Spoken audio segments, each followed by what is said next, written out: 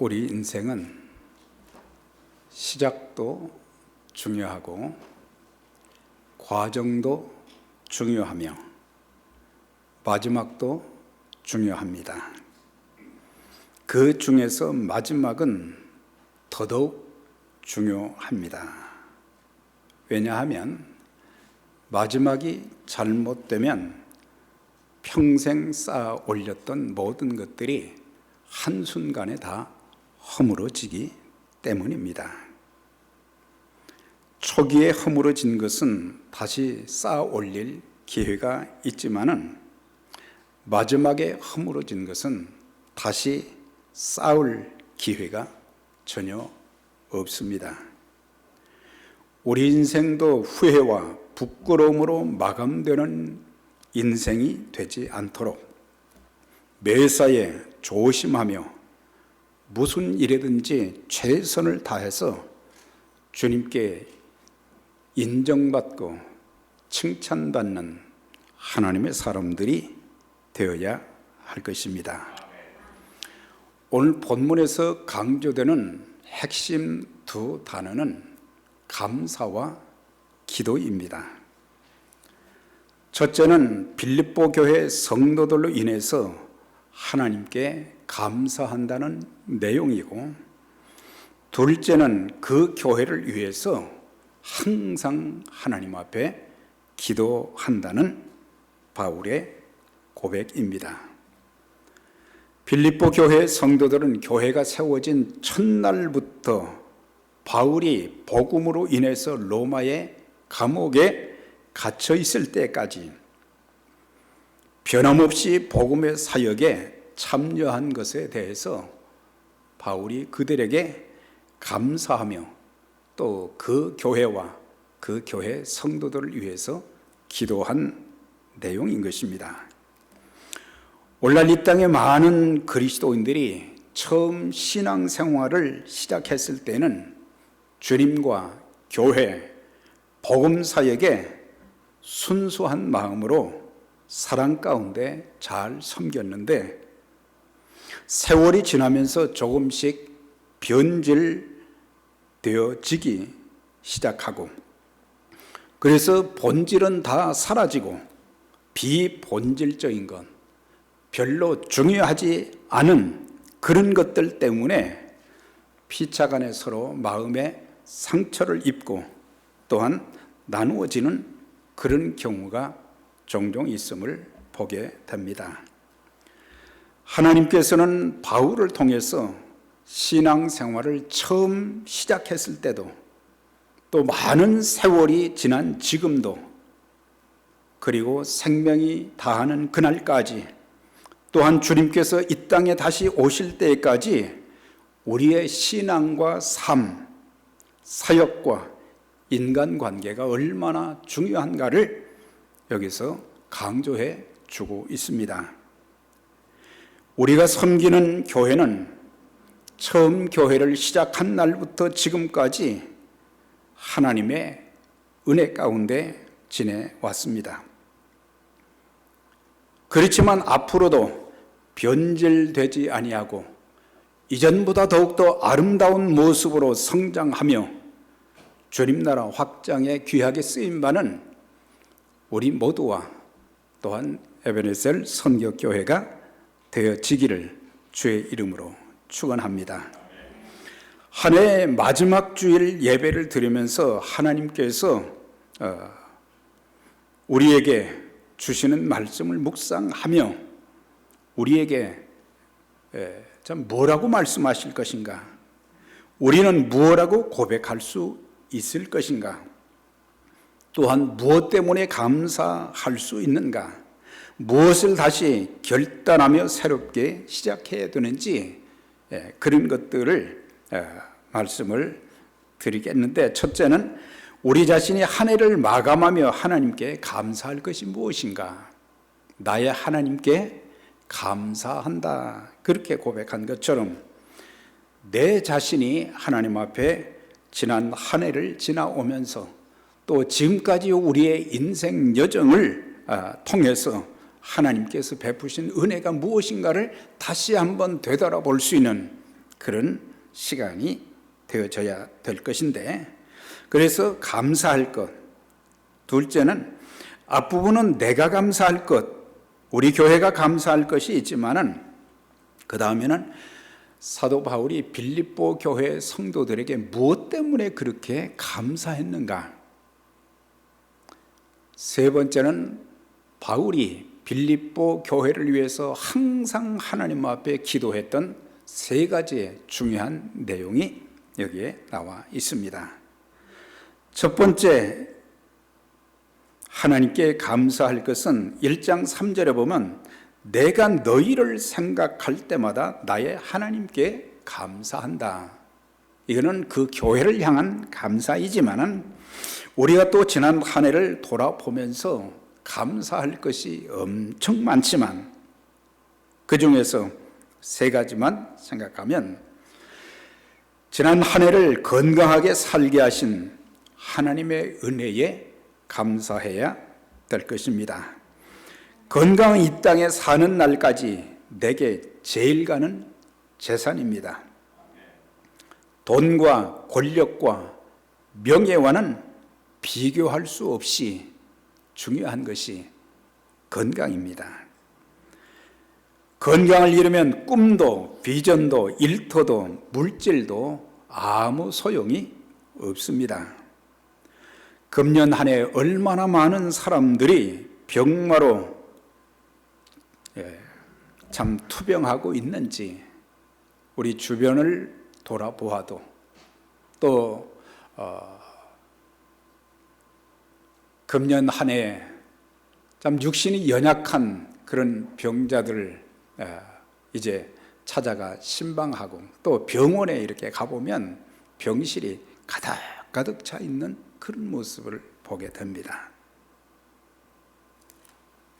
사람이 늘 건강하면 건강 주신 하나님께 감사하지 못할 때가 많아요. 사실 하루하루 살면서 우리의 삶의 위기와 위험도 참 많고 또한 생각지 않은 질병들로 인해서 참 많이 힘든 경우도 있고, 참 여러 가지 어려운 상황들이 많은데도 하나님께서 건강 주셔서 가족들과 더불어 행복하게 살고 또한 신앙생활, 교회생활을 또 하나님께 예배드리는 그런 생활도 빠지지 않고 예배드리고 또한 하나님이 주신 몸과 건강을 가지고 섬길 수 있는 그런 은혜도 주시고, 그래서 생각하면 생각할수록 하나님께 감사한 것이 많은데 사람들은 종종 하나님이 건강을 주신 것에 대해서 감사하지 못하고 당연한 것처럼 생각하는데 오늘 건강했다고 해서 내일 건강 장담할 수가 없는 거예요. 우리 모두는 지난 한 해 하나님의 은혜 가운데 강건하게 지낼 수 있었던 것이고 하나님을 섬길 수 있었다고 하는 이 사실을 잊지 말아야 할 것입니다. 또한 지금까지 살려주신 은혜에 감사해야 될 것입니다.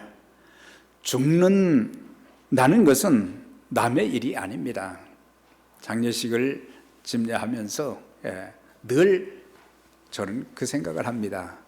저분이 누워있는 저 자리에 내가 곧 누워있게 될 것이다. 그걸 생각하면 정신이 바짝 드는 거예요. 앞으로 하나님이 내게 생명을 주시는 날까지 내가 신앙인으로서 하나님의 일꾼으로서 거룩한 하나님의 백성으로서 왕같은 제사장으로서 어떻게 살아야 될까 이렇게 좀 고민도 해보고 이렇게 해야 되겠다 그런 결단할 때가 많습니다. 그래서 사람들은 노환이나 질병, 사고로 전쟁과 굶주림으로 어느 날 갑자기 허무하게 죽는 일이 많습니다. 그래서 죽음을 준비할 기회도 없이 이렇게 세상을 떠나는 분들을 보게 됩니다. 여러분, 우리 주님께서 언제든지 나를 부르시면 천국 갈 주님 만날 준비를 다 하셨습니까? 안 하셔서 아마 자신이 없으신 것 같으네. 요한계시록에 있는 말씀처럼 아멘 주 예수여 어서 오시옵소서. 참 그래야 되는데 조금만 더 있다 오세요. 그러고도 또 삶이 달라지지 않는 그런 모습을 우리 모두가 종종 보게 됩니다. 이렇게 살아서 하나의 마지막 주일을 감사함으로 예배 드릴 수 있게 된 것 정말 감사해야 됩니다. 또한 우리가 살아있다는 것은 우리에게 주신 사명이 있다는 뜻입니다. 왜 하나님께서 우리에게 건강을 주시고 왜 하나님께서 우리의 생명을 연장시켜 주시는 이유가 무엇 때문입니까? 하나님께서 우리를 통해서 하실 일이 있기 때문에 살려두시는 것입니다. 그래서 내게 주신 사명을 바로 깨닫고 주의 일에 헌신하는 삶이야말로 가장 복된 일이고 우리 주님께 칭찬받고 상급받을 일인 것입니다. 시편 90편 11절 12절에 보면 우리의 날 계수함을 가르치사 지혜의 마음을 얻게 해달라고 모세가 기도했어요.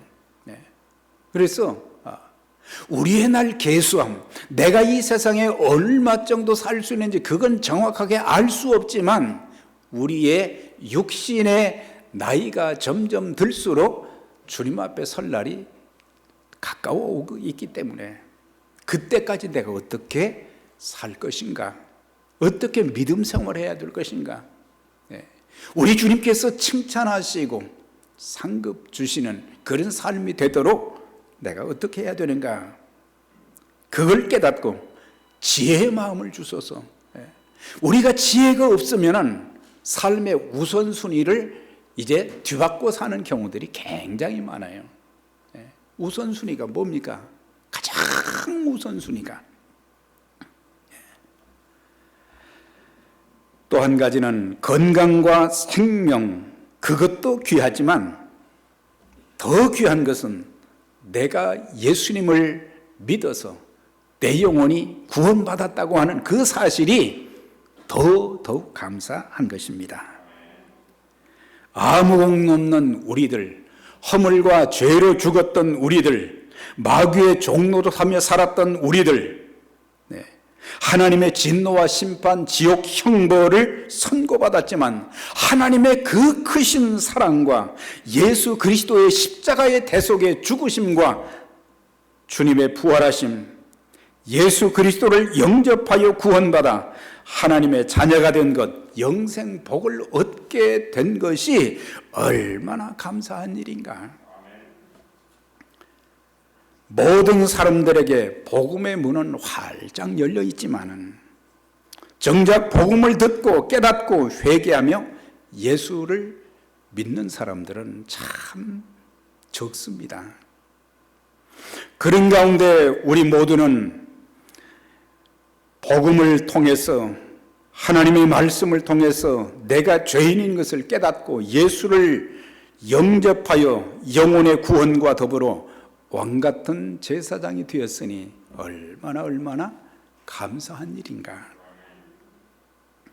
또한 수많은 환난과 시련, 풍파 가운데서도 주님을 배반하지 아니하고 믿음으로 산 것, 범사의 모든 일에 좋은 일이 있든지 그렇지 못하든지, 순경이든지 역경이든지 어려운 상황 속에서 변치 아니하고 범사의 하나님의 말씀을 붙잡고 기도하며 살았던 것, 주님의 일에 흔들림이 없이 봉사하며 살아왔던 것, 특히 더 감사한 것은 믿음의 동력자들과 더불어 함께 하나님의 교회를 섬길 수 있었던 것이 너무너무 감사해요.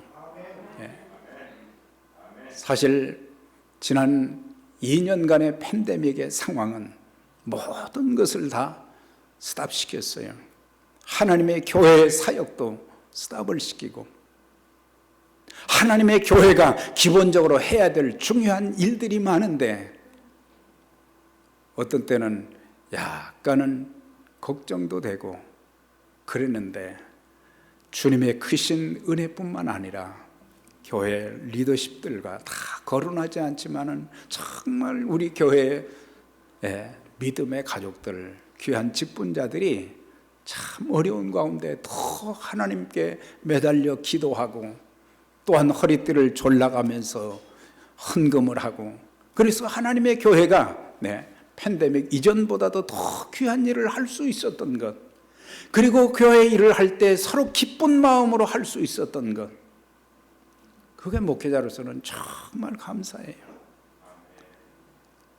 한때만 동역자가 아니라 우리 모두 주님 나라 가는 날까지 동역자가 되어서 하나님의 교회를 통해서 하나님의 큰 일이 이루어질 수 있도록 귀하게 쓰임받는 역사가 있게 되기를 주의 이름으로 축원합니다. 두 번째는 빌립보 교회 성도들을 향한 바울의 감사의 내용이, 첫째는 뭐냐면 빌립보 교회 성도들과의 복음 안에서의 교제에 대해서 감사하고 있어요.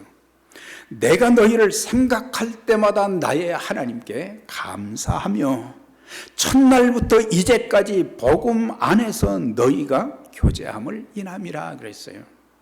여러 가지 감사할 것이 많은데 그 중에서도 복음 안에서의 교제가 중단되지 않았다고 하는 거예요. 사도행전 16장을 보게 되면 사도 바울이 이제 2차 전도 여행을 마게도냐의 지역인 빌립보로 이제 환상을 보고 가는 장면이 나와요.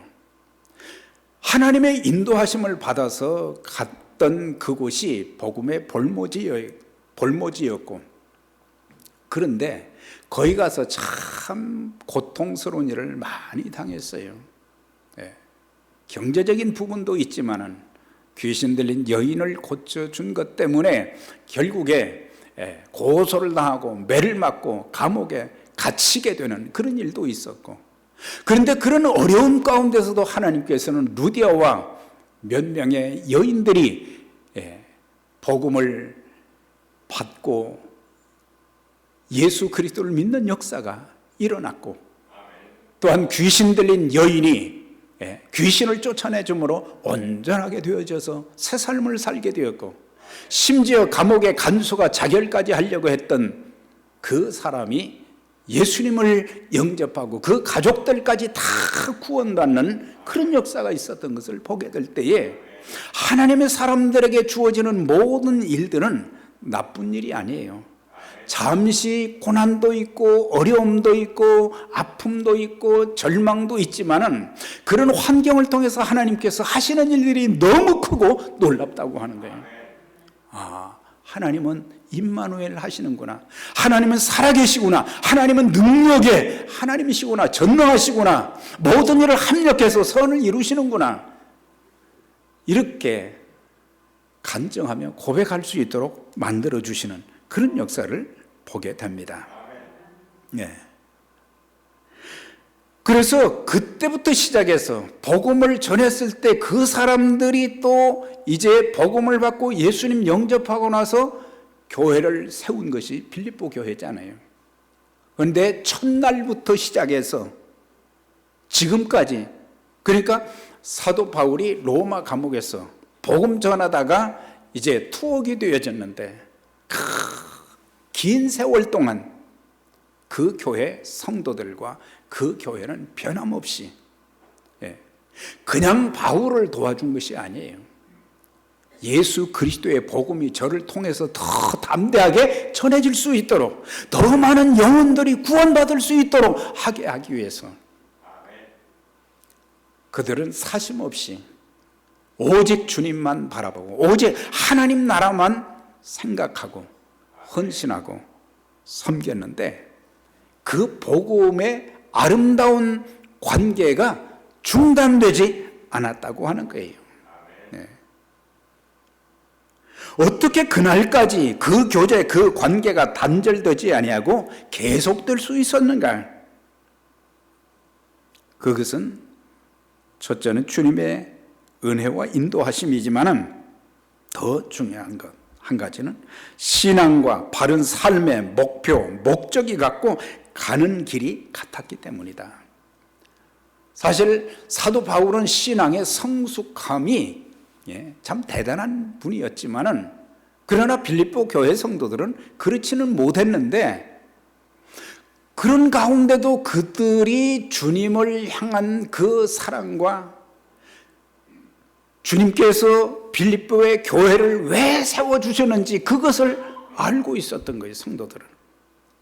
그리고 그 교회가 해야 될 가장 핵심적인 일이 뭔가 영혼을 구원하는 일이라는 것을 알았기 때문에 자신들이 나가서 할 수 없는 것을 바울을 돕고 그를 위해서 기도함으로 그를 통해서 하나님의 큰 역사들이 일어나기를 바라면서 조금 힘들다고 어렵다고 그들은 중단하지 않고 계속해서 변함없이 사역에 협력했던 것을 보게 돼요.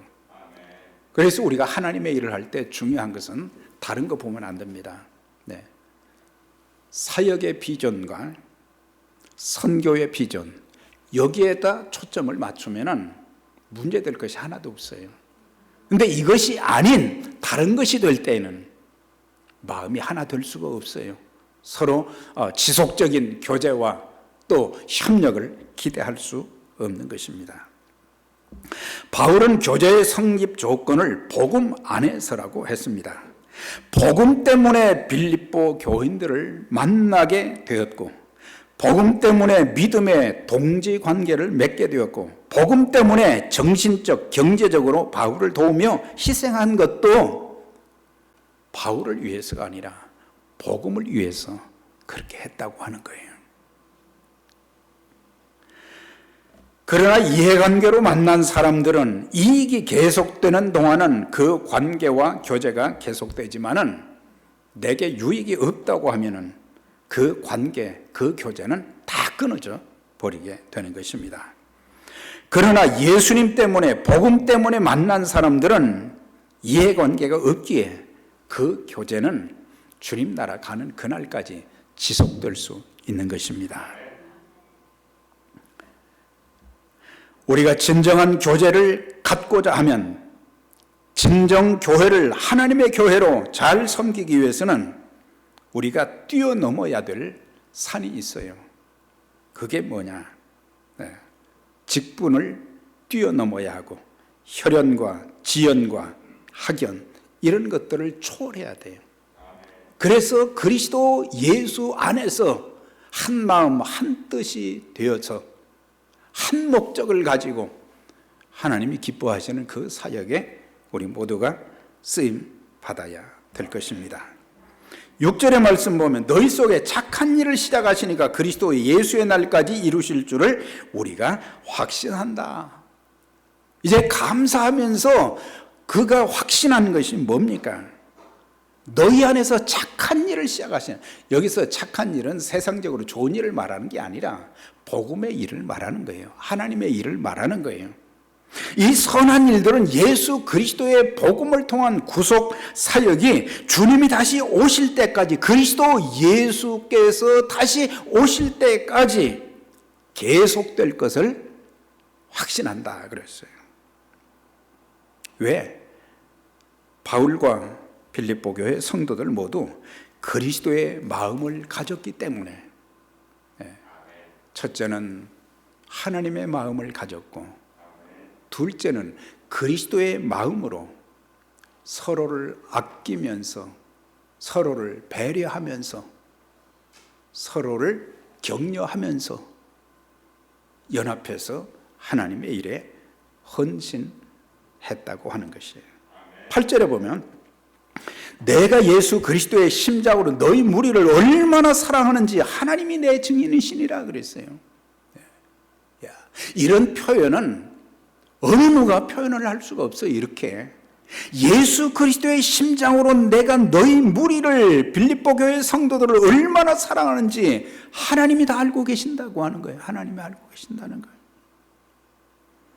예수 그리스도의 심장이라는 것은 그리스도의 마음을 말하는 거예요. 희생적인 그리스도의 마음을 가지고 그들을 사랑했다고 그랬어요. 바울의 마음속에는 늘 빌립보 교회 성도들이 있었고, 빌립보 교회 성도들의 마음속에는 바울이 늘 있었을 뿐만 아니라 힘들고 어려운 일이 있을 때도 서로의 마음이 달라지지 아니했다고 하는 거예요. 우리가 마음 두 사람이 한 마음 되는 것도 쉽지 않을 때가 많아요. 같은 부부가 한 마음 되는 것도 쉽지 않을 때가 많아요. 그런데 교회의 각 구성원들이 서로 삶의 배경이 다 다른데 하나 될 수 있는 것은 더더욱 어려운 일이에요. 그런데 그들은 오직 복음, 예수 그리스도, 이 관계로 맺어졌기 때문에 한 번도 달라지지 않고 변하지 않았어요. 사무엘상서를 읽어보면 참 감동적인 내용이 나와요. 그게 뭐예요? 다윗과 요나단. 사울의 아들로서 왕이 될 사람이에요. 아버지가 그렇게 다윗을 죽이려고 하고 그런 가운데도 얼마나 다윗을 아끼고 사랑하고, 또 나중에 다윗도 마찬가지로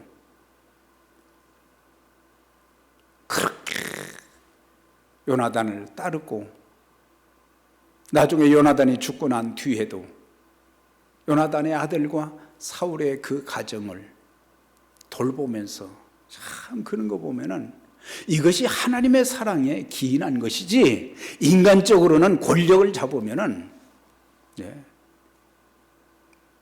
돌봐야 될 그런 책임도 전혀 갖지 못하고 오히려 더 일어나지 못하게 만들잖아요. 다윗과 요나단과 같은 그리스도와 우리와의 관계, 또한 성도들과 성도들과의 그 관계도 그런 관계가 되어진다고 하면은 조금 의견이 다를지라도 또 하나 될 수 있고, 그래서 연합해서 하나님의 큰 일을 이루어가는 그 복된 일에 귀하게 쓰임받게 되시기를 바랍니다.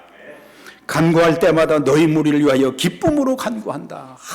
바울이 기쁜 마음으로 그들을 위해서 기도하는데, 이는 너희가 내 마음에 있음이며, 항상 그 교회 성도들 마음에 있다 그랬어요. 마음에 없다는 것은 무관심하다는 거죠. 너희가 다 나와 함께 은혜에 참여한 자가 됨이라. 바울이 복음을 전하다가 많은 고난을 겪고 돌에 맞아 죽을 위기에 처하기도 하고, 배가 파손돼서 죽을 위기에도 처하고, 굶주리고 헐벗고 그런 일도 많고, 그런 숱한 감옥에 갇히는 일까지 있었는데, 그런 상황이 바울에게 전개되어도 빌립보 교회 성도들은 변함이 없었다고 하는 거예요. 복음 때문에, 하나님의 사랑 때문에 변함이 없었다고 하는 거예요. 이제 끝으로 9절에서 11절 거기 보면 빌립보 교회 성도들 향한 바울의 기도가 나옵니다. 요약해서 첫째는 사랑과 말씀의 지식의 풍성함, 총명의 풍성함을 위해서 기도한 것을 보게 돼요. 그 시대에 그 교회에게도 필요한 기도 내용이지만 우리에게도 마찬가지예요. 하나님의 사랑의 풍성함이 있어야 되고, 하나님의 말씀의 지식의 풍성함도 있어야 되고, 총명의 풍성함. 총명은 무슨 뜻이냐? 영적인 분별력을 말하는 거예요.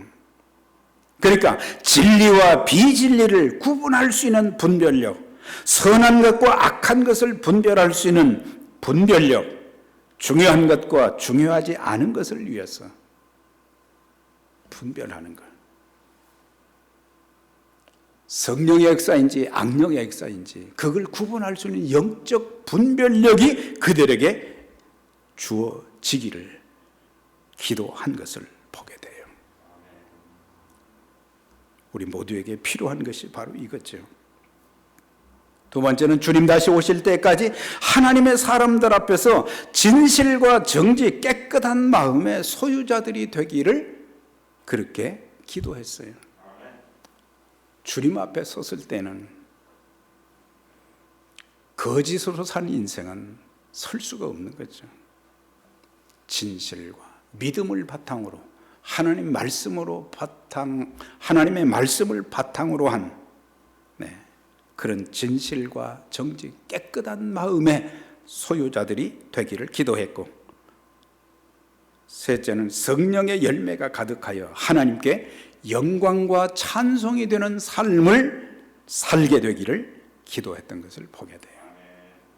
예수 믿는 자들에게 성령이 우리 안에 들어오시고, 또한 성령 받은 사람들에게 하나님께서는 은사를 주시고 또 성령의 열매를 많이 맺게 하시는데, 사실 우리는 성령의 9가지 열매에 대한 암송은 잘할 수 있지만 그 열매가 우리 속에 참 풍성히 맺히지 못하는 모습을 종종 볼 때가 많아요.